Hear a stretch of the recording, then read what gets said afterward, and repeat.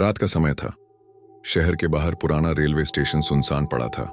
कभी यहाँ रात में ट्रेन रुकती थी, लेकिन अब पटरियां जंग खा चुकी थीं और स्टेशन की घंटियां महीनों से बंद थीं। कहते थे कि अगर कोई इस स्टेशन पर आधी रात के बाद खड़ा हो तो वह ट्रेन में अचानक फंस जाता है और लौटकर कभी नहीं आता। चार दोस्त अक्षय, नंदिनी, रोहित और मिया यह कहानी सुनकर उत्सुक हो गए।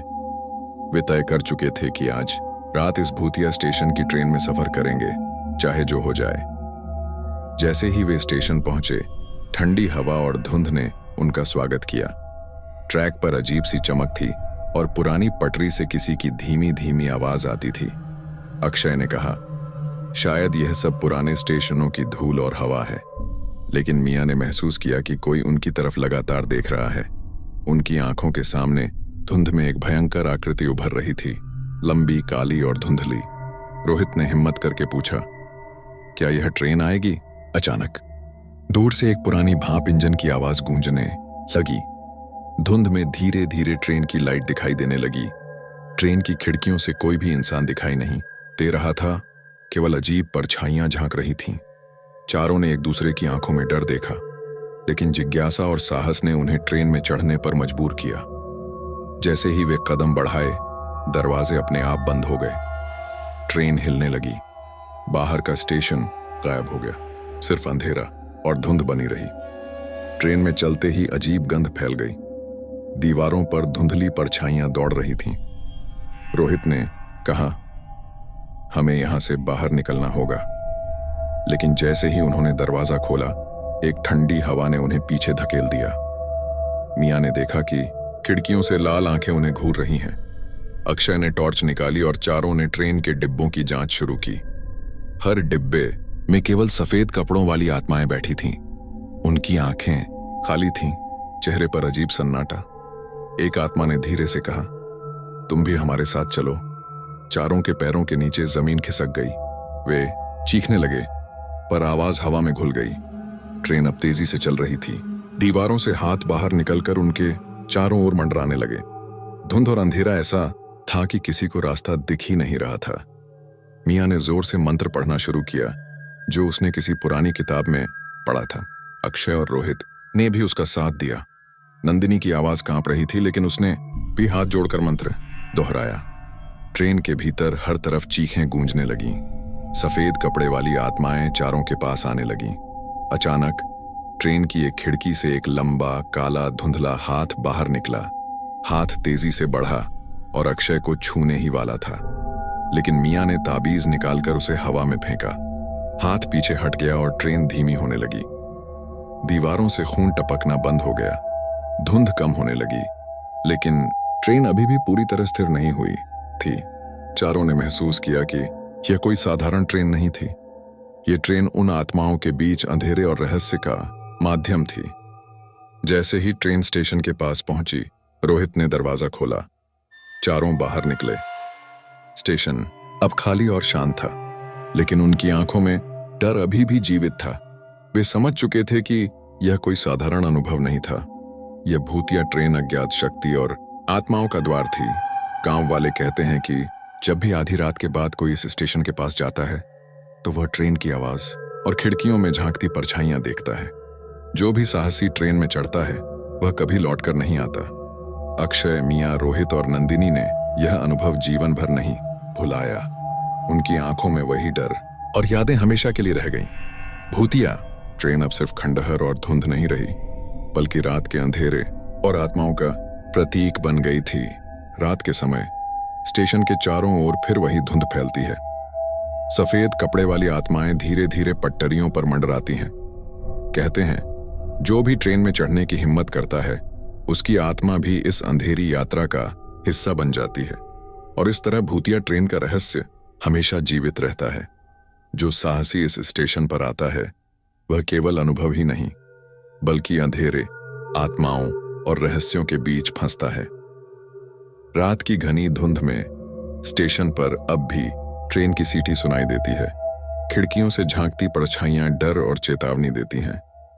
भूतिया ट्रेन कभी बंद नहीं हुई और उसकी यात्रा अंधेरे और रहस्यमय आत्माओं के लिए हमेशा जारी है। चारों दोस्त अक्षय, मियाँ, रोहित और नंदिनी स्टेशन पर लौट आए।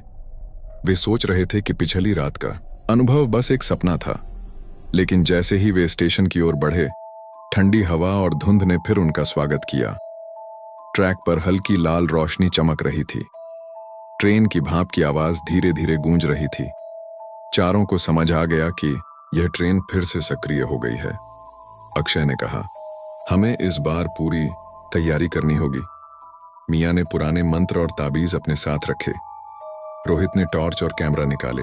नंदिनी ने अपने हाथ जोड़कर मंत्र दोहराना शुरू किया। वे ट्रेन के डिब्बों में प्रवेश करने से पहले कुछ पल तक चुपचाप खड़े रहे। जैसे ही उन्होंने पहला कदम डाला, ट्रेन हिलने लगी। धुंध घनी हो गई और दीवारों से खून टपकने लगा। सफेद कपड़े वाली आत्माएं अब अधिक संख्या में थीं। उनकी आंखें खाली और चेहरों पर अजीब सन्नाटा था। एक ने धीरे से कहा, तुमने हमारी नींद क्यों तोड़ी? अक्षय ने महसूस किया कि ट्रेन के भीतर हर डिब्बा अलग दुनिया की तरह है। कभी वह पुराने कमरे जैसा दिखता, कभी अंधेरी गलियों और तहखानों से भरा। मियाँ ने देखा कि पीछे की खिड़कियों में आग जैसी लाल आंखें लगातार उनकी ओर देख रही हैं। रोहित ने जोर से कहा, हमें इस अंधेरे से बाहर निकलना होगा। लेकिन ट्रेन अपने आप तेजी से चल रही थी और बाहर का दृश्य पूरी तरह गायब था। चारों ने देखा कि ट्रेन के डिब्बों में अब और भी आत्माएं उभर रही हैं। छोटे बच्चों की परछाइयां खेल रही थीं, लेकिन उनके चेहरे खाली और डरावने थे। कभी कभी वे अचानक गायब हो जाते और केवल उनकी चीखें गूंजतीं। नंदिनी ने मंत्र पढ़ना तेज किया, पर दीवारों से हाथ बाहर निकलकर उनके चारों ओर मंडराने लगे। चारों के पैरों के नीचे जमीन गायब होती और वे हवा में तैरते हुए महसूस कर रहे थे। ट्रेन के डिब्बे अचानक अंधेरी तहखानों में बदल गए। दीवारों से धुंधली आकृतियां और जंजीरें उभरने लगीं। मियाँ ने टॉर्च की रोशनी डाली, पर प्रकाश तुरंत बुझ गया। अक्षय ने महसूस किया कि ट्रेन अब केवल भूतियां नहीं, बल्कि एक जीवित संरचना बन चुकी है जो उन्हें फंसाना चाहती थी। अचानक एक लंबी काली परछाई उनके सामने आई। उसकी हंसी हवा में गूंज रही थी। रोहित ने डायरी खोली और पुराने मंत्र पढ़ने शुरू किए। परछाई झपटी और चारों को अलग अलग कोनों में फेंक दिया। मियाँ की चीख हवा में गूंज गई। नंदिनी ने देखा कि उसका हाथ किसी अदृश्य शक्ति में फंस गया है। अक्षय ने साहस दिखाया और चारों को एकत्र किया। उन्होंने ताबीज और मंत्रों का उपयोग करते हुए धीरे धीरे आत्माओं को पीछे हटाया।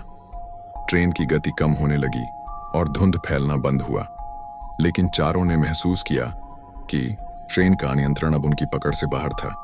सफेद कपड़े वाली आत्माएं अब भी चारों के चारों ओर मंडर रही थीं। ट्रेन अचानक एक विशाल अंधेरी सुरंग में प्रवेश कर गई। दीवारों से खून टपक रहा था और हवा इतनी ठंडी थी कि सांसें रुक रही थीं।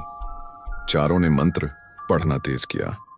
एक क्षण ऐसा आया जब ट्रेन पूरी तरह स्थिर हो गई, मगर चारों ने देखा कि कई आत्माएं अभी भी उनके पीछे हैं। अक्षय ने जोर से ताबीज फेंका। धुंध और चीखें एक साथ हवा में घुल गईं।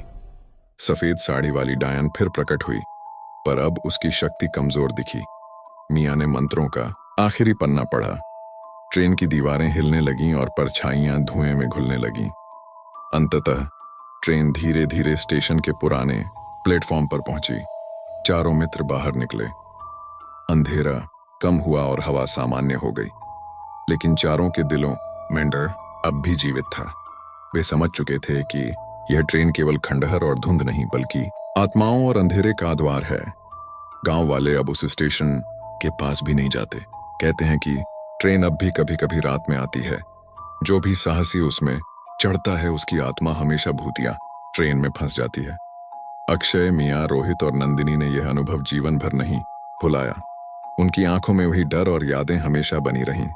भूतियां ट्रेन अब केवल खंडहर नहीं रही, यह अंधेरे, आत्माओं और रहस्यों का प्रतीक बन गई है।